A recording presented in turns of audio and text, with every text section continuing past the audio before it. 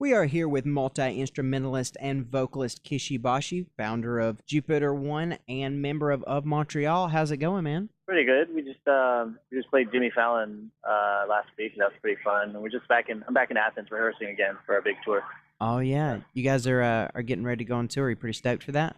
Yeah, pretty excited. I think we're gonna be in Alabama Yeah, you're coming somewhere. to Mobile on the 9th, March 9th. Yep, So you're not only playing with Montreal, but you're opening with your solo act on I this am. tour, aren't Yeah, you? my album's coming out on April 10th, so it's kind of like perfect actually. Awesome. Are you gonna be playing some new material? Yeah, I'm probably just gonna be playing everything off of my new album coming out, and I do a solo thing where it's just like violin and voice and loops. So I'm gonna be doing my best to do that.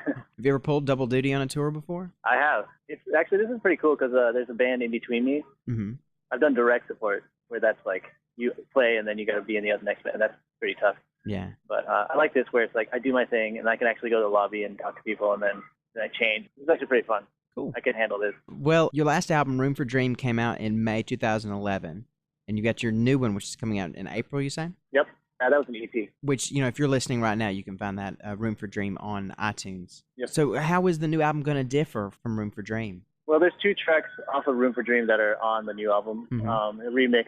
But for the most part, after Room for Dream came out, I kind of took this new approach of basically making them all loop-based. Like I started writing songs on my violin with the loops, and that kind of opens a whole new world to me. And I use it as a big part of my production tool for this album. It's a little more adventurous. I think it's a lot more wild than Room for Dream, like sonically, Mhm. because it's all a lot of violin stuff and a lot of synthesizers as well. I like synthesizers. Yeah. And a lot of vocal complexity and a good amount of Japanese singing too. Cool. How does your approach to your solo work, differ from your approach to the work that you do with of Montreal, or that you've done with people like Regina Spektor, or? Well, like with Montreal and Regina Spektor, I'm just a musician, Mhm. So Yeah. it's basically how to serve the song the best in a live setting. With Montreal, I've done basically as a violinist, it's really easy to step over a song, like Mhm. step all over it. So that's one thing that a lot of artists, I guess, who I work with like about me is that I don't step over the song and I kind of compliment it. So that's always the approach I take. Is the song is first, and then so with of Montreal, I do a lot of collaboration, a lot of production work on the new album Mhm. that's out, and it's like a lot of sound effects and stuff like that. And Kevin Barnes, who basically makes the albums himself, really pushed me to get new sound. That's when I dug deeper into the violin to see if I could get more sound. So that kind of influenced me in a way, into my live set, basically like really relying on the violin for the Mhm. bulk of the sound. Now, how do your solo songs, how do they come together? You just sit down with the violin, or do you kind of start with a loop or a synth sound and then kind of build from there? Yeah, well, my solo set is just it's just a mic and my violin. Mhm. So and I beatbox too, so I beatbox and I make the beat. And Mhm. most of it just starts with a violin loop. I treat the songs like section by section. So I'll have a new arrangement for the second verse, or I'll totally drop the last fourth.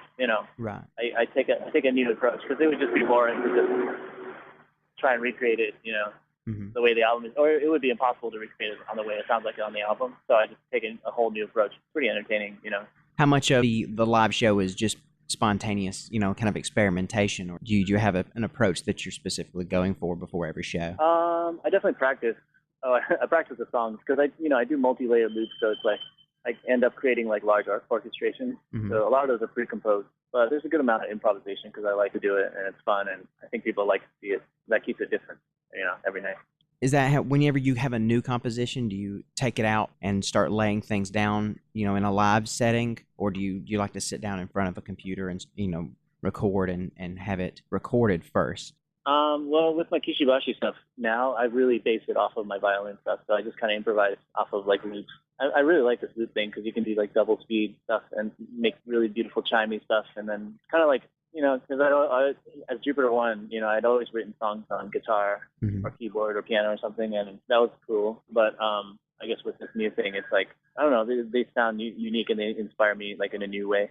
So I try and really stick to like this loops-based approach, which is for me it's really exciting, right now. So it's like this fresh new instrument almost that I've always played all my life that I didn't discover like I could really do all this kind of stuff until recently. The whole loop, aspect of music is becoming more and more popular. You're seeing a lot of people like Tune Yards and Final Fantasy doing the loop thing. What do you think you'd be doing, had this been 1960 and it was just you and a violin? Do you think you would still have that same passion, or do you think you would be playing a different instrument? 1960? Yeah. I don't know what I'd be doing. Playing jazz. There you go. Probably be like a Mahavishnu cover band or something. I don't know. I don't know. It's like the looping thing is like I don't know. I bet I'd have plenty of fun doing something else that excited me. Probably synthesizer, I would think. But the looping thing is like it's just one of this tool I recently rediscovered. Right. That really kind of can be unique. Because it's always like everybody's struggling to have a voice. Everybody has a voice, but everybody's struggling to really cut above all the voices out there. So I'm like starting to find like this thing. It's still small thing, like Owen Pallett, from Final Fantasy. He does it really well actually. And Andrew Brewer does it really well. Tune Yard's great too. And I kind of looked to them when I was developing my set to see what they're doing. And and I do not enough people that I could still kind of have my own voice without being too like pigeonholed into this genre. Barely a genre, that's what I mean. Like, Right. You know what I mean? Well, it takes an incredible amount of talent because you have to nail those loops. I've seen you do it on YouTube, and an immense amount of respect from me, man, because that is. Thanks. I mean, it's Thanks. so difficult because if you miss a second on the loop, and then it's all wrong, Oh well, I don't get it right every time. Right. It's pretty terrifying actually. Sometimes I'll really mess it up, live in front of people, and it's just like, what can you do about it? I mean, at least I tried. Right. But I actually have a new Manchester video. It's on my I posted it online. It's really beautiful actually. It's a film, like a video, Mm-hmm. You can see like kind of what I do with my pedals and stuff like that. But yeah, I kind of like the live aspect of the show. That's my attitude, I guess. That's the correct attitude to have, especially with music being as produced as it is nowadays. It's great to have that live aspect, even with something that is essentially, computer based. Yeah. I mean, I take the live shows as a totally different approach. Mm-hmm. Well, thanks for talking with us again, man. Sure. For those of You're you welcome. who are listening, Kishi Bashi, playing with Montreal right now. You've got your new solo album. Would you have a title for it yet? Yeah, it's called Ichigo Ichie, and basically it reads as 151A. Awesome. So that's and it's coming out on Joyful Noise on April 10th. April 10th. Awesome. Well, you can go online and check out Room for Dream, his last album, which came out in May 2011 on iTunes, and check him out. March 9th, you'll be pulling double duty by yourself and with of Montreal at Alabama Music Box in Mobile. Yep. I'm looking forward to it, man. I cannot wait to see thanks. it. Every time that I've seen anyone do, the looping thing, which has only, I think, been once with Tune Yards, it's just so neat to watch because you really don't get to see songs being built in front of you in any other way. So. Great. Yeah, thanks. It's pretty fun. I'll make sure I have a fun show for you. Well, thanks. I would have had a few shows under my belt by then. Well, best of luck, man, and I'll be seeing you on March 9th. Okay, see you.